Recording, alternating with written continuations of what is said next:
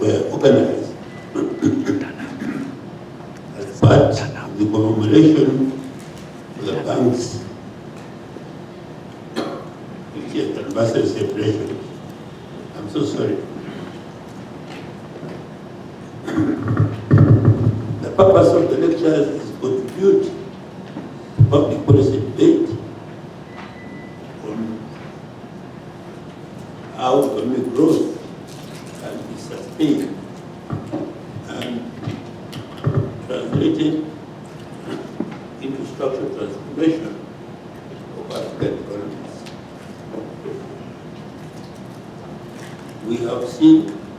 We have been privileged to host leading scholars for lectures in this series. Previous lectures were delivered by Professor Sapor Kolia, Dr. Douglas Collins, and Dr. David Dora. I would like to thank our colleagues at the International Growth Center who have coordinated the process of bringing such distinguished scholars to Kampala. It is now my honor and privilege and pleasure to invite our guest speaker, Dr. Page, to deliver his lecture.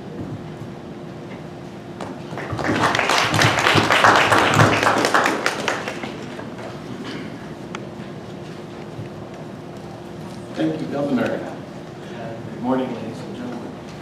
It's a particular pleasure for me to be back here in Uganda, and a particular honor to listen to the kind words of the Governor, who I consider, together with his longtime colleague, alluded to back in his great public lectures. I'm deeply grateful for the welcome, for the hospitality, and for the introduction. I only hope that the lecture measures up in some small way to the kind words that the Governor has given. It's interesting that structural change is a topic that dropped off the radar of economists for about 20 years. In the 1980s and 1990s, our love of cross-country regressions caused us to narrow our focus into what I think of as whole economy drivers of economic change. So we explored large topics: the role of institutions, the role of trade, the role of investment in the process of economic growth. But we lost sight a bit of the role of structural change and structural transformation, in part because cross-country regressions consign those drivers of productivity change and growth to the residual. We found that we couldn't explain a good deal of the differences in rates of growth across countries, and part of the reason why we could not do so was because we ignored the concept of structural change. As a result of that trend in economics, and economics remains, I think, a trendy profession,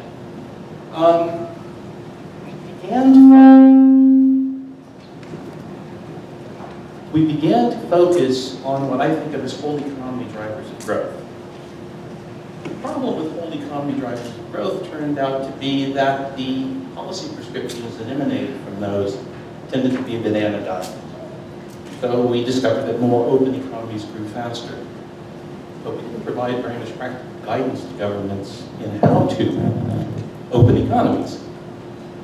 And beginning about the turn of this century, a group of scholars led by people like Justin Lin, Danny Roderick, Margaret Millen, Joseph Stiglitz, the Nobel Prize winner, rediscovered structural change. And they became a group of people I think of as the new structuralists, who began to remind us that structural change is the very definition of economic progress in low-income countries. The movement of workers from low productivity to higher productivity employment is a fundamental driver of economic growth, and one that cannot be ignored. Potential for structural change in Africa is enormous. because Africa has the greatest differences in output per worker across all of the developing regions of the world. Yet there's a sense, and certainly from the research of people like Nolan, Rogers, and others, that there is relatively little that's been done to exploit that potential across African economies. And so structural change has come very much back onto the agenda of development economics. One reason for that is that regional differences in the patterns of structural change are quite striking and very large. In East Asia, within sector structural change, or within sector productivity change, and the movement into higher productivity sectors are complementary and have driven rapid economic growth for a period of nearly 40 years. In contrast, at least up until the turn of the century in Africa, within sector productivity change was positive, but productivity across sectors was negative. I tell my students when I lecture on this topic in more detail, that's a little bit like trying to walk up a down escalator. You eventually get to the top, but you've severely constrained yourself in terms of your ability to move quickly, and you usually end up at the top feeling a bit exhausted. The good news is that since the turn of the century, structural change in Africa has changed its pattern. And now we find that within sector change, productivity is added to across-sector change in productivity. But there is a small problem here. As the governor mentioned in his opening remarks, in large measure, the pattern of structural change in Africa has not been one of moving from agriculture to industry. It's been of moving from agriculture into somewhat higher productivity services. So while structural change is positive, it still doesn't appear that Africa is living up to achieving its full potential in terms of these differences in the patterns of structural change. The other thing that's striking to anyone who looks at the data is that regional differences in the role of industry are also quite striking. Historically, industry has been the driver of structural change. If we think about the East Asian miracle, it's really a manufacturing miracle. And in fact, all of the East Asian economies who have achieved rapid growth are outliers in the global pattern of the relationship between per capita income and the share of manufacturing in output or employment.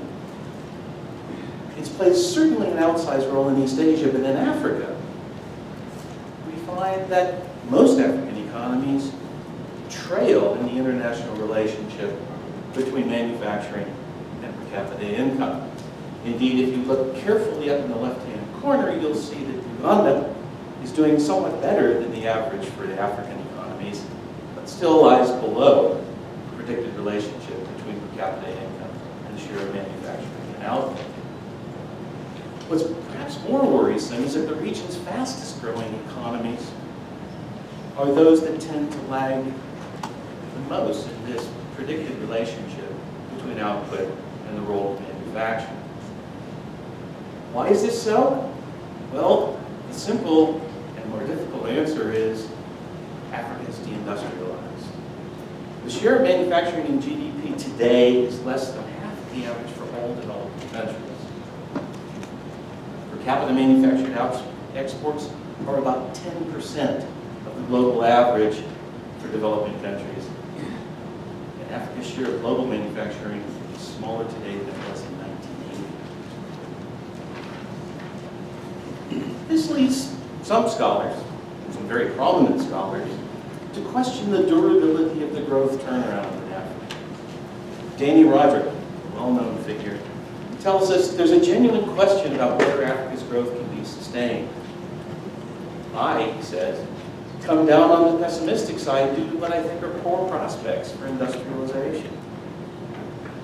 On Saturday of last week, I listened to Joseph Stiglitz, the Nobel Prize winner in Helsinki, give a keynote lecture at the wider annual conference. And he tells us that it's unlikely that manufacturing export-led growth will have the impact it had in China and East Asia.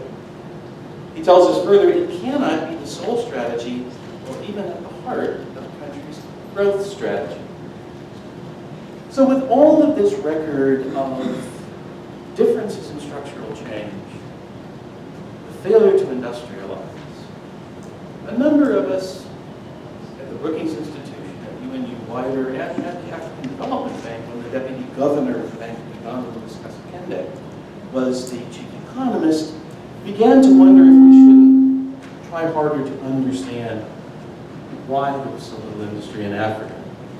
It led us to a research program that to date has produced 4 books, and I'm going to give you a shameless plug for all of these 4 books. The first is that it was a multi-year, multi-country comparative research program called Learning to Compete. We really tried to answer one simple question: why is there so little industry in Africa? We did it through country case studies, we did it through econometric analysis, we did it through institutional analysis. The result was a volume called Manufacturing Transformation, available from Oxford University Press, online, open access, for free, downloadable. A second book, Made in Africa, tried to tell the story in a more concise way. Unfortunately, not online, but available for free. But as we worked through that set of questions, why there was so little industry in Africa, we began to raise some other questions. And the first of those questions was, what about business-government relations, and how does the private sector fit into this story of the failure to industrialize? For that, we produced a book called The Practice of Industrial Policy, again, online, downloadable, free access. And finally, it led us to the topic of today's discussion, industries without smokestacks. Can we expand our concept of high productivity, employment-intensive activities in a way that includes not simply manufacturing, but also those industries that seem to be similar to manufacturing in terms of many of their characteristics?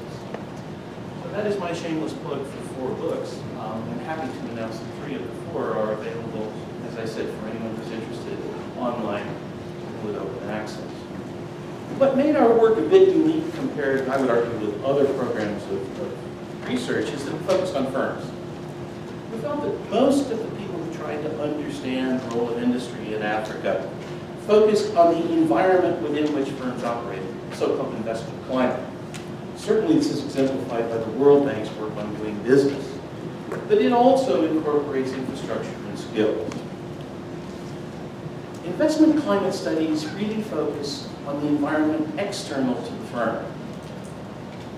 But we felt very strongly the key issues in industrial policy, the key to giving more concrete guidance, practical guidance to governments, had to do with what happened inside the firm capabilities and role of management, and what happened between firms, learning, externalities, coordination. What we really wanted to know, in addition to why was there so little industry in Africa, was what makes firms more competitive and what makes countries more attractive, competitive firms. In the course of doing this work, we found 3 key drivers in the global economy that we believe make industrialization considerably more difficult for contemporary Africa than it was for East Asia in the 20th century. The first is an outcome of East Asia's own success. China and East Asia dominate the world as manufacturing centers. As you can see from this graph, the high-income countries have been in full retreat in terms of their share of the global economy in manufacturing for a period of almost 40 years. Who has filled the space? Mainly China, but also East Asia. China and East Asia are bad news for other potential entrants into the global manufacturing market because they are high productivity, low wage economies. It makes it very difficult to compete in comparison with the high productivity, high wage economies of the industrial north. Secondly, it turns out that manufacturing as a share of GDP, as a share of national income, is falling everywhere on average. Over 40 years, from the 80s to the 2010s, the relationship between the share of industry in GDP and the level of per capita income has consistently fallen. Why might that be so? Well, the first is the rising importance of services in many of the upper income economies. The second is something that's called the servicification of production. If you think today about how international production is organized, many of the activities that we used to associate with being part of an industrial enterprise, the accounts department, the advertising department, other forms of services-based activities have now been broken off, offshored, and assigned to other providers. What that means is that as a share of national income and national employment, manufacturing is smaller today than it was at the time when these were part of vertically integrated industrial enterprises. And finally, trade in tasks or global value chains. Because of the ability to allocate different levels of production across countries, again, the role of industry, at least as we conceived of it when I was certainly a graduate student back in the antediluvian period, of vertically integrated manufacturing enterprises has come to an end. All of these trends combine to bring us to my third point, which is selling into the global market today increasingly requires participating in global value chains. This is a diagram which looks at the share of output and exports that are driven by imports. Short, how connected are you to global value chains? What we see is that comparator countries such as Vietnam, India, Poland are highly connected into these global value chains. For Africa, not so much so. Most African countries come out lower on these indices than the average share of global value chain participation in low-income countries. What about Uganda?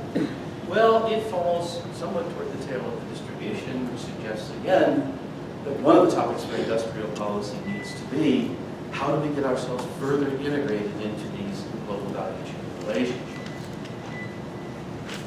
There is some good news, though, coming from the global economy. And these are what I think of, and what I've convinced Richard to call, industries without smokestacks. It turns out that technology, changing transport costs, have created a class of tradable services, agro-industries, that are more similar to manufacturing than they are to traditional services or agriculture. Think, for example, of a call center in contrast with a restaurant. A call center is an organized industrial process. Or cut flowers versus subsistence agriculture.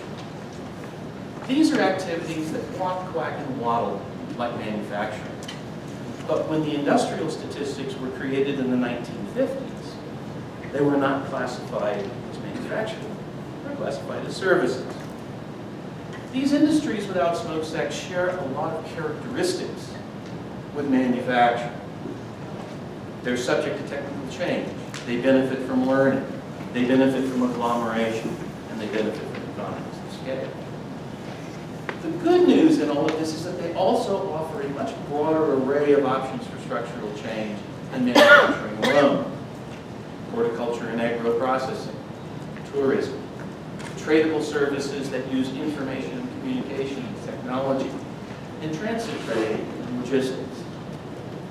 All of these industries without smokestacks add to the array of options that policymakers have to drive the process of structural change. And they're becoming much more important in the African context.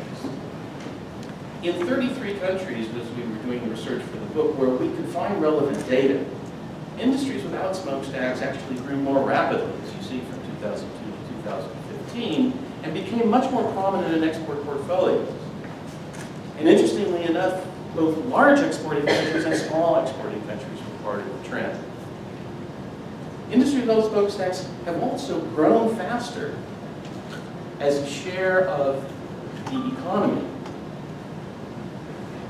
than traditional sectors in about 2/3 of African countries, and faster in half. Again, Uganda, a little bit behind the curve, but not far. And as we heard from the governor's remarks, as tourism, horticulture, and other activities in this economy ramp up, Uganda is likely to move in the direction of increasing prominence in in these sorts of non-traditional but high productivity activities. What this means, I think, is that we have to rethink what we mean by industrialization. The patterns of structural change in contemporary 21st century low-income countries are going to differ very considerably from the historical experience of East Asia. I'm simply echoing here a point that Joe Stiglitz made. And Africa's resource endowments, and if you think about Uganda's resource endowments, suggest that many of these international competitive activities of the 21st century will be industries without smokestacks. So to my mind, the challenge for a policymaker today is to get away a bit from the box of thinking of structural transformation as agriculture to manufacturing, and opening your mind to promoting the growth of high productivity sectors capable of absorbing large numbers of workers because we have a jobs problem. Wherever in the economic statistics you find it. So it's not manufacturing or industries without smokestacks. It's manufacturing and industries without smokestacks. What does this mean for industrial policy? Well, a couple of arguments why industrial policy is also, I think, back on the table as part of the economist development toolkit. The first is that we increasingly understand that market perfections mean that social returns and growth promoting investments exceed private returns. And that is a classic case for public action. Externalities and coordination failures push us in the direction of saying, well, it's not enough, though, to have a case for public action. We have to have a strategy for public action. And finally, because industries without smokestacks share many of the characteristics with modern manufacturing, they also respond to broadly similar policies. So from a policy point of view, once again, the good news is one doesn't have to think of a strategy for manufacturing versus a strategy for structural change. One can have a broad gauge strategy for structural change that transcends manufacturing and industries without smokestacks. But to design an effective industrial policy comes back to the questions that we asked ourselves in the Learning to Compete project. What drives the choice of location of industrial firms, whether manufacturing or non-manufacturing? And our work suggests that there are basically four things that cause firms to choose to locate, and cause the kinds of firms that one would like, high-productivity firms, to locate in greater numbers in certain countries. The first is fairly obvious. It's a topic the World Bank has pushed for many years. It is the investment climate. Investment climate is a combination of infrastructure and skills that one has as an endowment in the economy, but also the institutional capacity of the economy and the regulations under which firms operate. To that, though, we've added three other drivers that we believe strongly affect where industrial firms choose to locate. The first is exports, because exports give you scale, and scale is important in modern industrial processes, whether with or without smokestacks. We also know that firms in low-income countries actually increase their productivity by the process of exporting. That's a social benefit which is not reflected in the private returns to individual exporters trying to enter export markets. The second topic is firm capabilities, and firm capabilities are really the tacit knowledge, working practices that affect both productivity and quality at the level of the firm. This is a little bit new for economists, but we've discovered something that people in business schools have known for a long time. Management and workers matter for the productivity of the firm and for the quality of the firm's products. If you do not improve those capabilities, it is difficult to be competitive. And if you do not have high capability firms, it's difficult to attract other high capability firms to come to your economy. Finally, agglomerations. Economic geographers have told us for many years that firms like to cluster in cities and in industrial groupings. The reason why they like to cluster is because the process of being located near each other confers very significant productivity. Our country studies point to a number of things that remain vitally important in terms of the basics. The first is that power remains the biggest constraint across all of Africa. But transport and logistics come a very close second. And here in Uganda, if I remember correctly, from the time when the governor invited me to come and talk about natural resources, they are considered by many Ugandan enterprises to be the more binding constraint. Skills related to production and management are lacking in many countries. This is due both to deficiencies in the amount and quality of post-primary education and because of poorly performing technical and vocational education systems. So there's a good deal of work to be done in fixing the investment climate. But perhaps the most important insight that we got out of all of this work and all this research was that while the basics are necessary, they're not sufficient.